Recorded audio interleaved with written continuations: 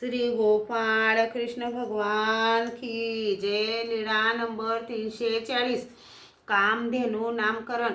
सर्वज्ञ बडगावाला जाताना रस्त्यात एका गावात एका झाडाखाली बसले। बार्शीचा दिवस होता। बायांना भिक्षेला पाठविले।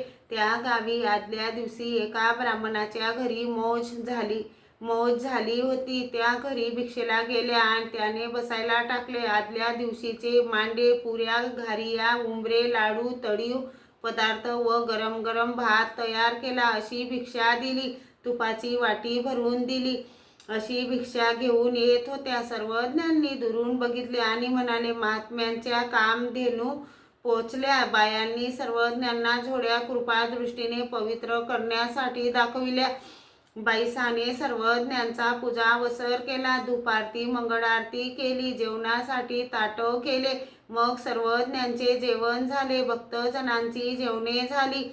नंतर सर्वज्ञांनी हुंडा केला। पानाचा विडा घेतला।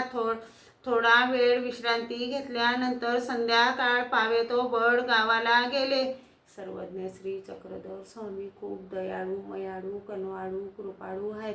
तुम्ही सर्वज्ञ श्री चक्रधर स्वामींचे नाम जपा। सर्वज्ञ श्री चक्रधर स्वामींची सेवा करा। श्री गोपाळ कृष्ण भगवान की जय।